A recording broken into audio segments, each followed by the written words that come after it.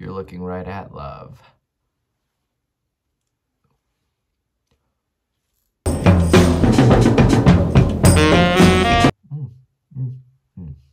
want yaoi. Give me that yaoi. Me as a people-watching whore, go take a piss there.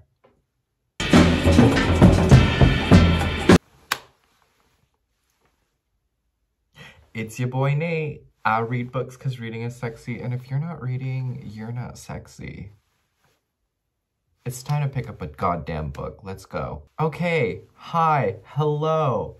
I'm bewitched, bothered, and bewildered. We hit 1K. I really can't thank y'all enough. I love you. I didn't think I'd make it here, you know? Kind of funny. Got a funny feeling, but it's time to do the 1K Q&A, obligatory Q&A, cause yeah, 1K. We've got the bevy to stay hydrated. We got spicy water. It's a mango aid. I've been obsessed with spicy water. I have all your questions here in this McDonald's BTS meal cup. But I realize how I can't just it's gonna be hard. So, to do this. So, yeah. We're gonna put it in, oh yes, Sunny's book truck, Toni Morrison Evangelist cap. We'll put it right in there and pull it out of the cap. All the questions in the cap. Thank you all for your questions. But yes, I wanna go fast because I don't know how long this is gonna take. And yeah, I kind of don't know what any of these questions are. Well, I do. I just blindly wrote them all down. All of them. Here we go. First question. Here we go. Okay. Astro Big 3. Ooh, Aries, because I'm an Aries. Scorpio, because I have a favorite Scorpio. And if you're watching this, I love you. And any Leos out there? I love a good Leo. Okay, great. Done that. Next, Desert Island Author. This is the land of Lispector. We worship Lispector. She is our queen. She is our witch. We worship her. Yes, anything Lispector. Because, you know, stranded on an island, starving. I want to be in existential dread. Okay, next. You're at a party and someone tells you, I'm looking to fall in love tonight. What advice would you give them? Well, I'd say, you're looking right at love.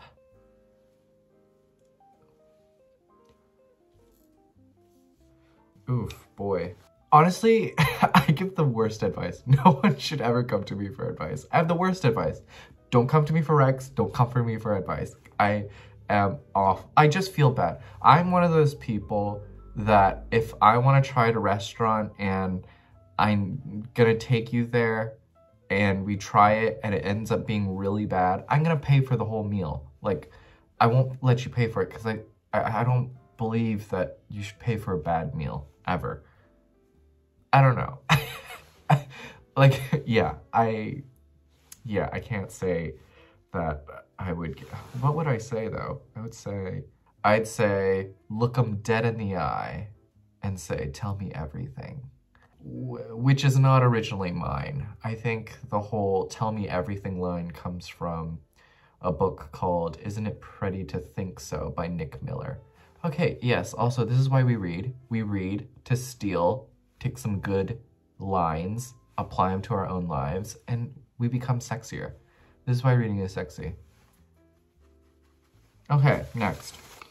If you could have an author do an author interview with you about your book, who would you want it to be?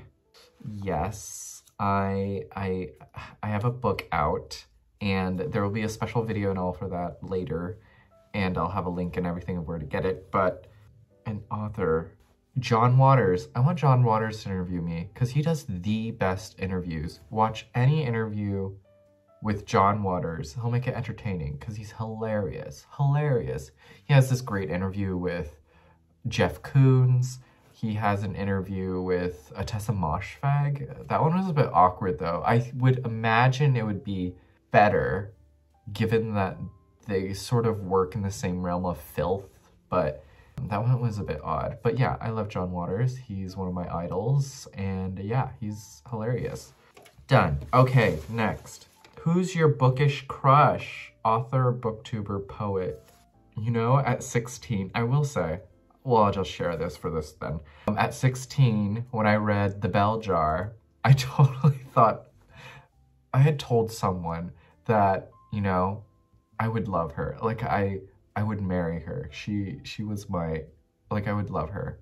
As in, like, I could fix her. Yikes. Ooh. But yeah, there's that. Booktuber crush. You know what? I'm gonna choose someone that probably doesn't know I exist. How about that? And then they can come after me if they want. I can say it, Brittany Bathgate, because she reads, but she's also like a style influencer. She has pretty much essentially reconfigured the way I look at clothes and colors, and I've been able to sort of center my own style through her, so I have to give her thanks for that. But yes, she's my crush because she's just so, she can talk for an hour about coats and I'm invested. I am there and I am for it. If anyone's seen the 1 hour coat video, it's great. I love Brittany.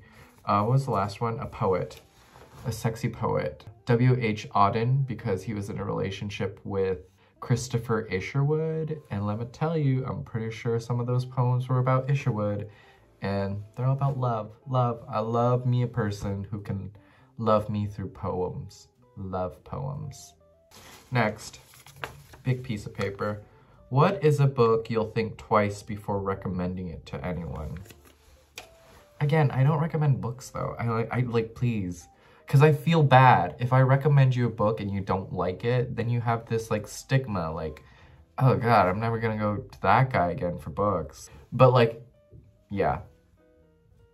I'll demand you read things, but I won't like, I won't recommend books. Like any subversive literature, if like someone's like a subversive virgin or a virgin of subversity, I think twice because I don't want I don't want to throw you in the pool if you don't know how to swim, kind of thing. I don't want to be responsible for that. But it would probably be The Sluts by Dennis Cooper. Yeah, I'll probably be like, yeah, this is nuts. This is crazy. And then rethink like, ooh, maybe you're the wrong person for that. Maybe, I don't think you could maybe stomach this. Or I don't want you to stomach it. Okay, next. Who's your booktube crush? Who y'all want to know what my crushes are? Well, we said Brittany Bathgate. Okay, another one is Lizzie Hatfield. I love Lizzie. I've talked about her before, but she's not particularly my, like, style influence. Oh, sorry. She reads. She reads books. She does some book content. She has a Goodreads. She's quite active, and she's also, like, a style influencer. But I don't particularly like her style. I appreciate it. I just love that she lives in 2 different cities. She lives in New York and London, and I just love like the dual city content. I'm there for it, and very much my aesthetic. She probably doesn't know I exist, so this is fine. Okay, next. Can you read without your glasses? You know what? This is probably bad. So what is the one? Is it nearsighted where I can't see far away? Like if you're far away, your face is just a smudge. But recently, what did I recently read that was like really tiny font? I think it was The Secret History, where I had to like have the book close to my face. And like I had to, yeah, that font is tiny. And I don't know if I'm like getting old or something, but for the most part, I can read without my glasses. And I usually do if I'm in bed. Okay, let's pick something from the bottom. What's this? Okay, let's see. What is a book you think you would define your 20s? On Goodreads, if anyone's curious, I have my literary canon. 52 books, a book a week to get to know me. Basically, all of the books that have sort of influenced me, and I think it'll change every year. given that, you know, I read more books every year. So yeah, but a book that defined my 20s, I'm gonna say Taipei by Tao Lin. And no, I don't recommend this book. I only recommend it if you're curious and are into pharmaceuticals, and that's all I'll say. Party favors. If y'all ever want to know what like my headspace was like in my 20s, Taipei, Tao Lin.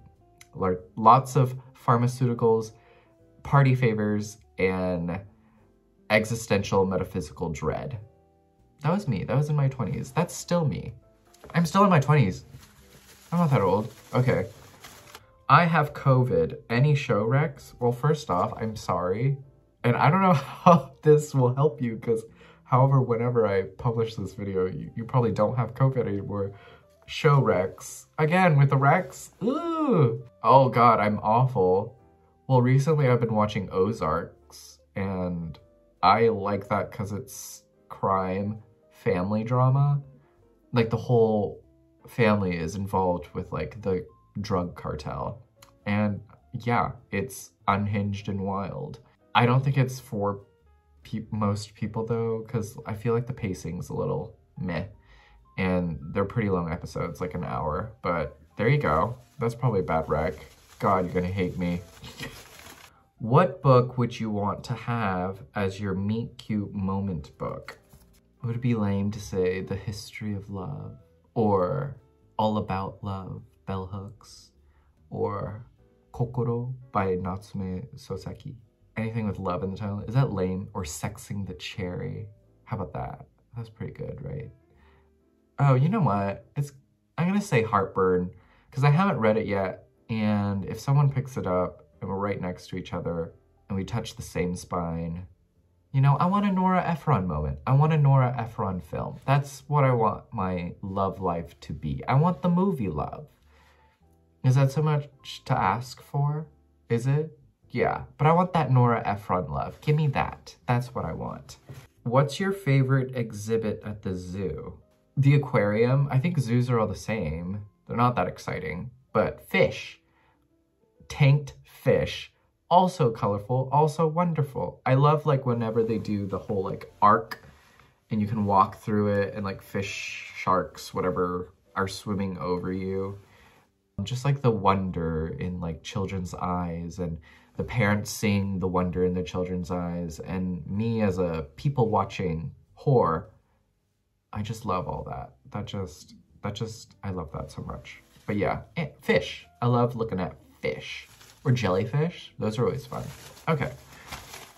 Are you straight? Depends on who's asking.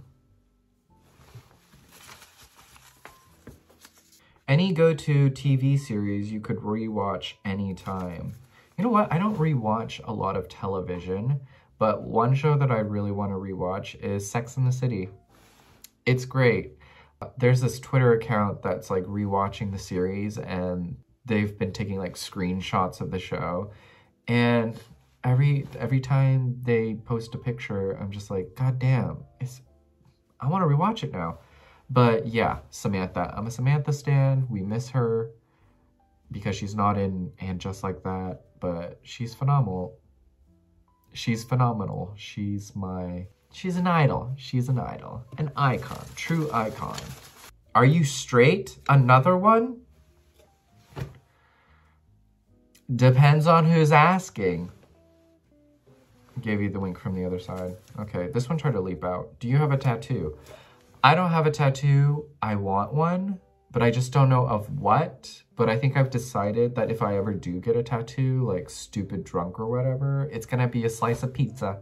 A pepperoni slice, cause I'm your pepperoni playboy. How's it feel to be famous? There's 4 Z's in famous. I'm not famous. I'm still a person. I'm just a character on the internet. Let's be real. But I'm also, this is me in person.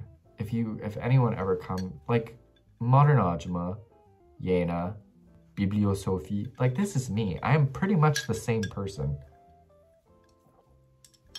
Hydrate. What is your favorite LA film? Ooh, favorite LA film. I'm gonna say Kajillionaire by Miranda July, only because I think it perfectly captures LA in its truest form. And it's so earnest and it's so beautiful. It's queer, it's working class, low income, it's dirty, a bit of grunge, and yeah, just lovely. And Miranda July, she's a fucking weirdo and I love it. Oh, this one tried to escape. What are you? What alt name would you give your booktube channel? Alt name. You know what? I think I just wanted something with alliteration, so Nathan's Nook just came to mind, and I don't think it would be anything else. And I realized that Nathan Fielder had already coined the term, so I hope he doesn't come after me. I have no money. Please, Nathan. From a Nathan to another Nathan. I got no money. Which fictional character do you most resonate with? Is it terrible to just say any male Murakami character because I'm fucking horny all the time? Scratch that. I don't want to say that. I'm gonna say Bandino. Arturo Bandino in all of John Fonte's books. Yeah, I think it's the spirit of the character. That trying, struggling writer living in LA, true underdog. I didn't read him in my late teens, early 20s, I think, Ask the Dust. And yeah, I just loved that character so much. What's something most people don't know about you? Oh, I did want to say, I'm not Korean. I live in Korea, but I'm not Korean. I just wanted to preface that out in the open. I'm Vietnamese American, and yeah, I just happen to live in Korea.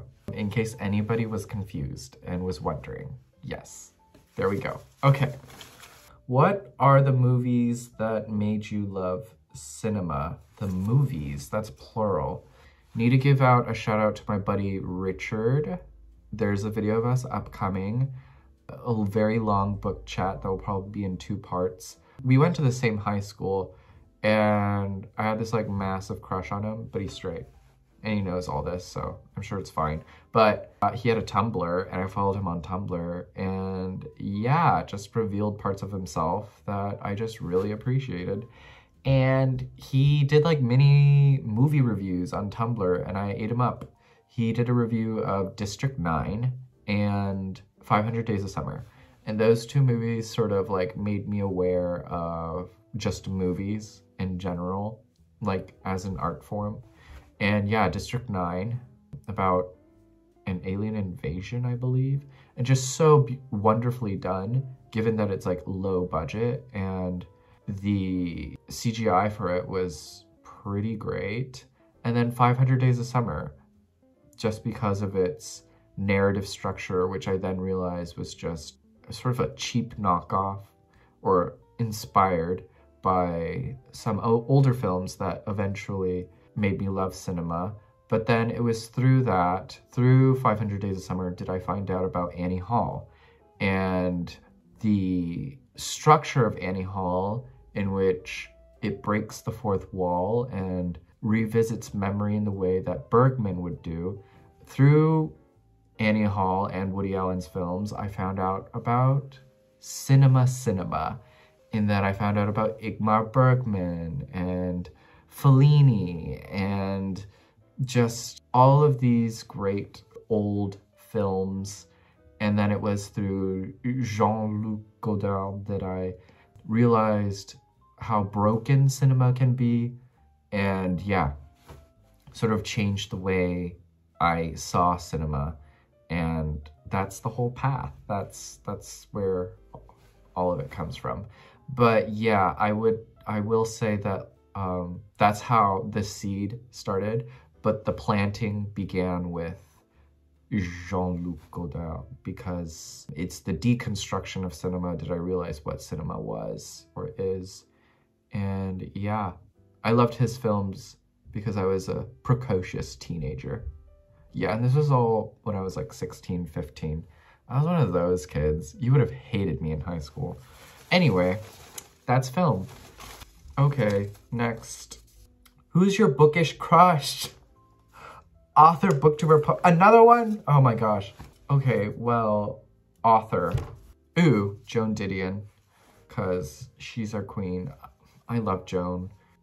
Like if she was sitting in my classroom at Berkeley, googly eyes, just, ugh, and her voice in literature, incredible. Okay, booktuber, Uncarly. You know what? She's, you know, a particular niche and all, but she's so funny. I love me a person who can make me laugh. Like, that's all I need in life, a good laugh. And poet, Ocean Vuong. As much as I want someone to make me laugh, I want to make me sob. Balance, baby, balance. Okay, next. If someone were to want a starting place on where to first focus on elevating their fashion, which clothing would you suggest first? Jackets, pants, shoes, etc. Starting place to elevate. Well, first, I want to say elevation begins at the core self. And what I mean by the core self is basically comfort. So any comfortable colors, you must begin there. You don't want to buy things just because they're trending or they look good on Pinterest or Instagram. You want to make sure that you're always comfortable in your clothes. And I don't mean sweats, okay? I mean, like, what I will say is comfort colors. Colors that you're comfortable with, that you can wear every single day. If it's black and white, so be it.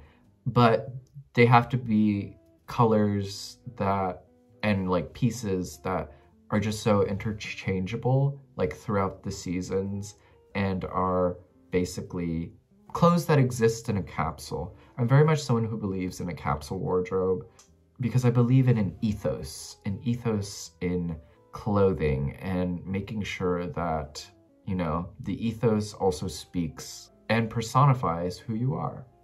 But if you are interested in elevation in fun colors, let's say, you know, you wear black and white all the time, but you want like something, you know, burnt orange, I'd say go small. Start with like a little film of orange on shoes or something, or a little neck scarf or something, a little flare.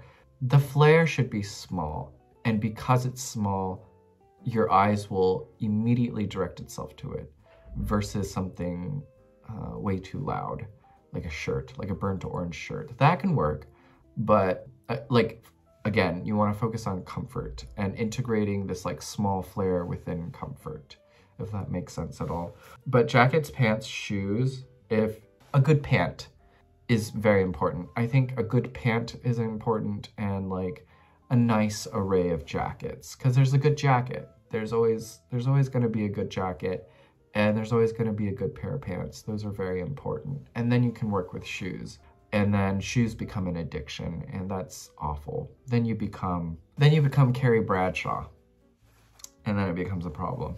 Think comfort colors and create that capsule wardrobe with those colors that make you happy, because that's important. You want to feel good in your clothes. Okay, next. What is the best kept secret in Seoul? Well,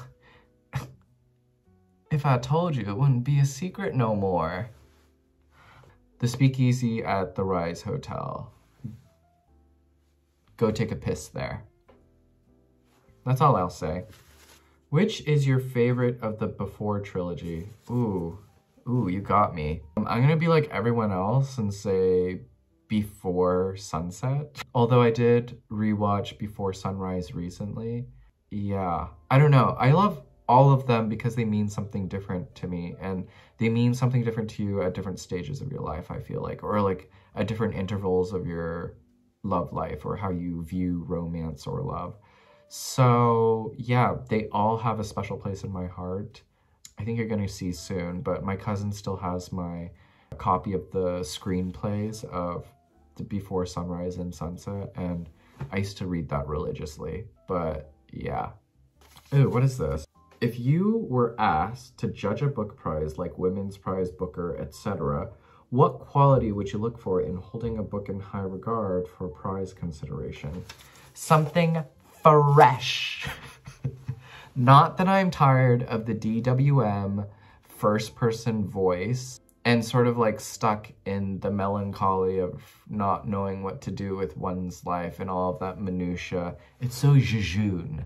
I want something new. I want something fresh. I want something, I don't know. There just needs to be a new stir every year. But then it also depends because things trend and things start trends. But I just want like a very particular voice that I haven't seen in a really long time. I want to vote for something new and fresh and is like breaking the conventions of literature. I just love when fiction falls apart. That's my favorite thing. Experimental fiction. I'm a big fan. I haven't read any in a long time, but I want the shape of the book to change and how we see the shape of a book to change. And so much so that it's not in like literary circles, but like lay people, if you will, non-readers. A good example, House of Leaves. That was really for its time. And then extremely loud and incredibly close. You know, there's a moment where all of the letters sort of cascade and fall off the page. And that's, yeah, just like stuff like that. Really intriguing. But yeah, that's what I'm looking for. Growing up, what would have been formative to you if you'd found it sooner? Art, books, movies. I recently had a conversation with someone about this, and it has to be Minor Feelings by Kathy Park Hong. I really wish I had that much younger in my life because I wouldn't have spent like 4 or 5 years thinking about my identity and figuring out what the hell I am. Yeah, that would have really changed how I saw myself as an Asian American. The processing would have been a lot quicker. Yeah, I didn't need to spend that many years thinking about my identity and writing about certain things. Anyway, that. The films of Ryosuke Hashiguchi. I watched his A Touch of Fever, I want to say 2 years ago. And just like queer Japanese cinema that I think would have just like really wrestled with my identity and insecurities a lot better, because growing up I think I just had like a lot of hetero art, so that would have been nice. Music for me is weird because I grew up playing classical music on the piano. I started listening to a lot of pop when it was like VH1 and like MTV. I'd watch it like before school and just like all of those. It was like a lot of Gwen Stefani, Fergie, and then it was like K-pop. But I'm gonna say house music. I wish I'd found house music sooner to be able to have built like this catalog of songs. Because I feel like every day I find a new house song from like the 90s, early 2000s. I'm just like, where has this been all my life? But yeah, I think that would have made a huge impression on how I listened to music. If an author were to write your life, who would do the best job at it? Joan Didion. I want her to write my life. She writes with a knife, and it's sharp and intelligent and all the things I want to be, which I'm not. So yeah, I think she would write me smartly. A book you wish to see the film version of and vice versa. I want to see a film version of a Lispector book. At this point, any Lispector. How it's done, I don't know how you're gonna do it, but I want to see that, and I want to see how they do that. And see, that's breaking convention. That's breaking how we create cinema. A movie that I want as a book. Oh, gonna go back to Ryosuke Hashiguchi. I want a BL. I want yaoi. Give me that yaoi. I'd eat that shit up. Okay. But it's not just like, you know, plain yaoi. It's like tender and heartfelt and everything. It's not all just desire. It's got the feels too. I want that. Give me that. Do you have any favorite movies, books that feel particularly nostalgic? Oh yes, definitely. I always talk about this film, and you're probably tired of me talking about it, so I should think of something else, but I'm gonna say it. But, well, I'll mention two just to change it up, if you will. Frances Ha by Noah Baumbach. I'm particularly nostalgic about that film because it resonates with me and my best friend very much, and it's my comfort watch. I watch it once a year, and yeah, it's just about the nothingness of your 20s, and that nothingness changes. It changes flavor, but it changes context. Another one is Pierrot Le Fou. Again, breaks the conventions of film. It's a musical, it's color study, it's philosophical, political, and there are just elements to that that I think are maintained in my spirit, if you will. And then I guess Bonjour Tristesse is another film because I love the book so much by Françoise Sagan, where she dropped out of the Sorbonne and failed and then wrote this book at the age of 17 or so. And then it got published. Like, what a dream. I've always aimed for that as a little kid. When I read the book at like 15, 16, I was just like, this, yeah. I was obsessed. François Sagan. And yeah, the film version as well, because it's just like, oh, where is it filmed? Somewhere in the Sud de France, and it's just so summery, and it's sexy, and just so gorgeous and fun, and languid. Is that the right word? But yeah, that one's, yeah, the film and book version is just lots of fun. Next, what was formative to you growing up that you don't like as much now? You know what, my views and appreciation of Woody Allen's films, also because I want to say his filmography just gets worse and worse. So I know how people feel about Woody Allen, and it's always hard to say that, like, yeah, he changed the way I saw cinema, and his writing, his character studies, his everything, his early filmography pretty much changed the way I looked at art and looked at how art can be and how it can be achieved through good writing, but also good acting, and also what works, what doesn't work. The jokes were good. But yeah, I'd recently rewatched Manhattan, and yeah, I want to say that, like, I really liked the film, loved it a lot growing up, but recontextualized in today's society, big ick. That film is big ick, and it left a bad taste in my mouth. And I was just like, meh, you know? But, you know, I can appreciate his work, and I know good from bad when it comes to his filmography. But yeah, don't watch late Woody Allen. They all suck. And the jokes are so bad. They're so aged. They're awful. How did you get to be so handsome? P.S. Take your top off. What are your favorite qualities in a person? I mean, novel. I hate jokes.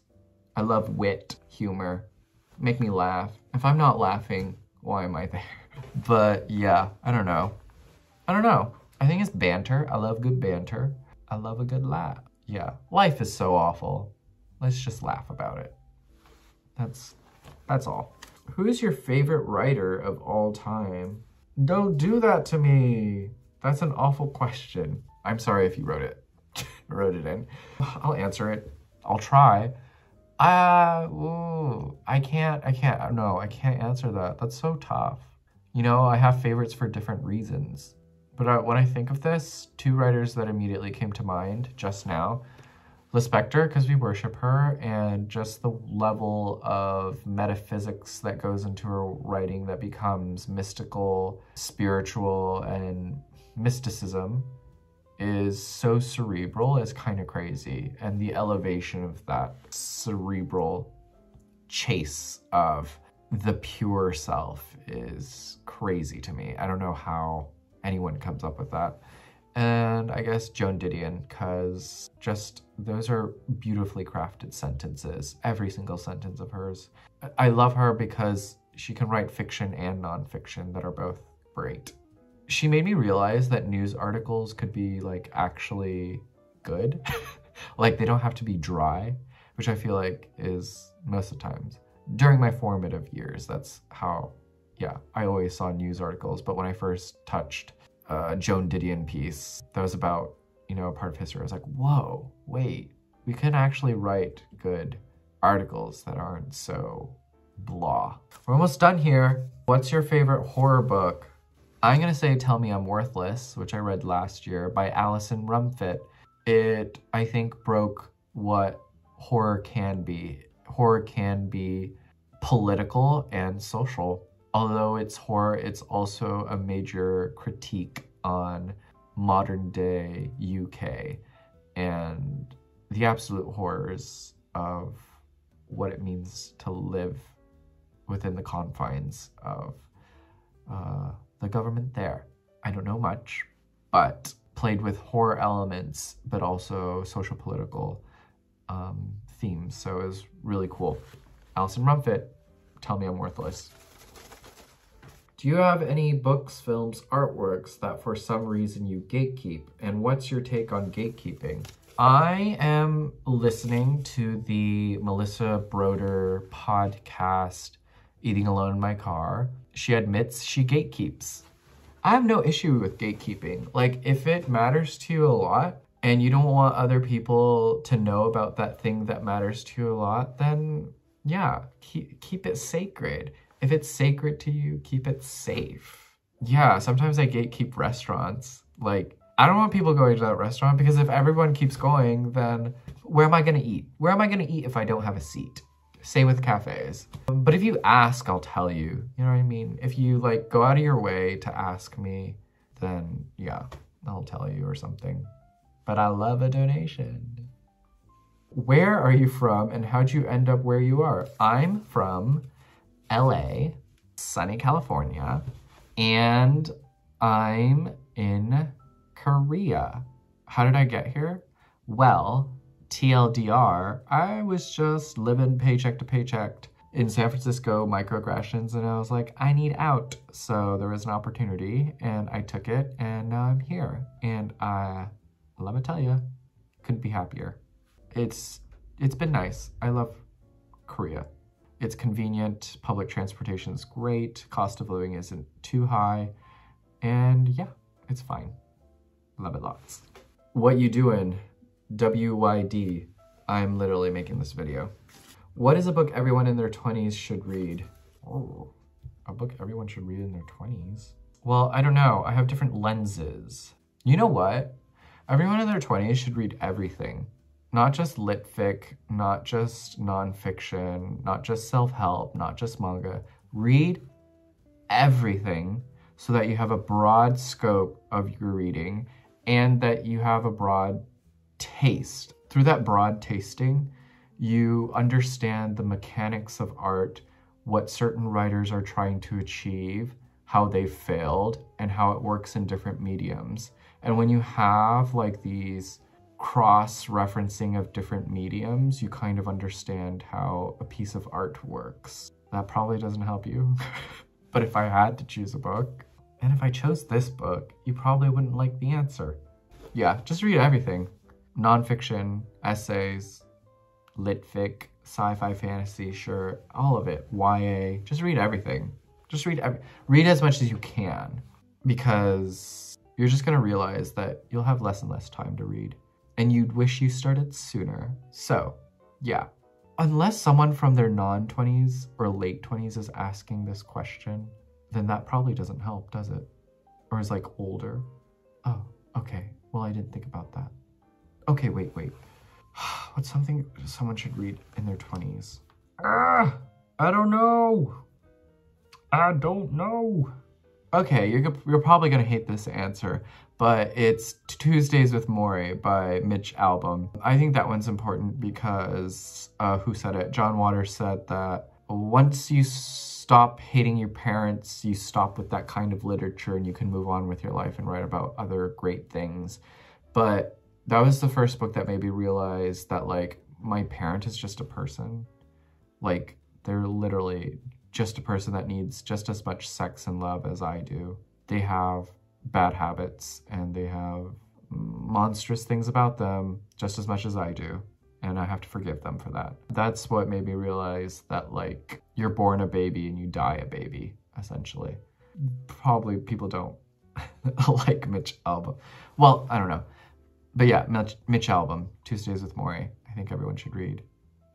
Because when you realize your parents are just people, a lot is taken away, burdening things. Next, we're almost done here and we're literally at an hour. What is the sexiest book someone could be reading on public transit? Pretty sure all of you have seen it, but there was that guy on a skateboard reading My Year of Rest and Relaxation. Oh, a skater boy reading Moshfegh. Head over heels, of course, of course. But like, if you were reading something and like, I would go up and talk to you. Like, I would be forced to go up and talk to you. Lispector, because we need more recruits. We need more Lispector readers. And yeah, let's just be in existential dread together. Why not? Ain't that sexy? Please rank your top 5 pasta shapes. Should we go start at the bottom and pyramid our way up? Bottom would be, I think, Annie's shell mac and cheese. That's a good shell. I love a good shell. Because the issue with pasta sauce and the pasta is that it doesn't keep sauce. The pasta shape doesn't keep sauce. So you want the shell that scoops up the sauce. And it's held in there. It's trapped. Little thing, a pocket of meat. That's always great. Angel hair. I love good angel hair because it feels like you're eating lots of noodles all the time. Does polenta count? That's number 2, right? Polenta. I love a good mush. Love me some mush. Like eggplant polenta. That's what I like. Ooh, and top, pastina. Because those are fun. Who doesn't love a pastina? Stars. Stars as pasta. Fantabulous. Oh, I was gonna say, oh wait. I don't know if it counts though. Okay, well, this is like bottom, but if anyone remembers, soup by the hand, doesn't count as pasta really, but there was pasta in it, I'm pretty sure. Oh no, this is hard. Okay, well, these don't count, but I'm gonna say soup by the hand because it was literally soup that you could microwave and drink, but it wasn't just like bone broth or anything. There were like bits and stuff and like pasta bits. And then I totally forgot. I was gonna say, what is it called? Is it lasagna soup that people have been making? I just love that idea. Just like lasagna pieces, broken up pieces and turned into like a soup or something. Is that what it's called? Yeah, it is. Yeah, love that. But you got the tier list and you got some extras. There you go. Okay. What genre do you normally not think about but starting to consider trying? Sci-fi. You know, I need to read more sci-fi and fantasy, I guess. Like, I don't exist to that part of booktube. And I don't particularly have an interest, but there is that one book that I'm very curious about. But it's the series, the 3-Body Problem series. Okay, it's a novel, but it's a part of a series called Remembrance of Earth's Past by Liu Xichin. Yeah, I'm just really curious. And I just love that title, The 3-Body Problem. There's 3 problems to my body, or 3 bodies have a problem. I don't know. I just saw a lot of people, like a few of my peers read it and they're like, wow, you gotta read this. I was like, okay, cool. And I read like 80 pages of Dune and that was fine, but it was just like the size. It was like a library pickup and I was just like, I can't do this. It's too big. We're almost done here. Let's hustle our hoofies. Do you have a book rec for someone who seems to enjoy more stream of consciousness type prose? Think Alone with You in the Ether or Open Water by Caleb Nelson. I've yet to read Alone with You in the Ether. I wanted a physical copy because I was like, I saw it on TikTok and I was like, what's the hype? What is it? Let me read it. Stream of consciousness. You know what stream of consciousness? Clarice Lispector. But I'm guessing, or what I think Open Water and Alone with You in the Ether are narrative stream of conscious, while Lispector's just meditations in stream of consciousness. So I guess in that sense, ugh. Again, I don't do Rex. I'm sorry. Because what if you hate me? Oh, I know. Or I think I might know. I'll give you two just in case, you know, one doesn't work for you and maybe the other one will. But it's Drive Your Plow Over the Bones of the Dead by Olga T, because I'm not going to try and pronounce that last name. Yeah, I remember I read this. It is sort of stream of consciousness, and I read it on a train ride. And because it's set on a train and I read it on the train, it was like dead of winter. It just, oof, just worked so well. Something about reading stream of consciousness on a train just allows your brain to be invested in the book, but also your brain escapes and novel sort of enters into your own life and you realize, oh, what parts of this piece of literature is incorporating itself into my own life when life meets literature. And there's this magic that occurs. And I think why stream of consciousness succeeds in moments like that. Another one would be Solenoid by Mircea Cardurusu, which I haven't finished yet, but it's narrative, it's biography, and yeah, it has like Lispector elements, a bit of Borges, and yeah, just does some really wild, wacky stuff. But that one's also a thick one, so careful with that one. But yeah, please don't hate me. I'm sorry. I'm sorry. Okay, how did you learn to read? A, B, C, D. Dr. Seuss? I think Dr. Seuss made me realize how fun language can be. Shel Silverstein also made me realize how much space can exist between words, the formation of body of words. And then Joan Didion showed me how fun and fluid the sentence can be, the structure of it, and the economics of it as well. Ooh, Raymond Carver also sort of showed me, again, like the economics, well, depending on, or his editor, depending on however you want to look at it, but the economy of words, if you will. And Lydia Davis also showed me the economy of words and how a story can also be a single sentence or, you know, a paragraph. So yeah, I think those people showed me how to read and how sentences can be constructed and how closely I look at a sentence. But yeah, I appreciate those writers. If you, yeah, I don't know. If you're in a creative writing class, sure, Anne Lamott, Anne Patchett, great, fun, good stuff at looking at sentences. But Lydia Davis, look at Lydia Davis, look at Joan Didion, because they're doing really interesting things with sentence structure and flow. So I'd recommend those two. Was that a question? Anyway, we gotta move on. What you doing again? WYD. I'm literally trying to finish this video and hydrating. Who are your best friends? Okay, I'm sorry. If I didn't mention you, don't attack me. But I mentioned him earlier, Richard, and his Tumblr. He sort of, yeah, he's just been my friend since high school. And yeah, he's been there through me thick and thin. I love you, Richard. You mean so much to me. We saw Grimes together. We saw 20th Century Women together. He took me on this cute date to see Moonrise Kingdom, and I just loved that. That was great. I don't know. I could go on. As for here, like currently, okay, don't hate me. Don't hate me. If you're watching this, don't hate me. Okay. But V, he's my scissor sister.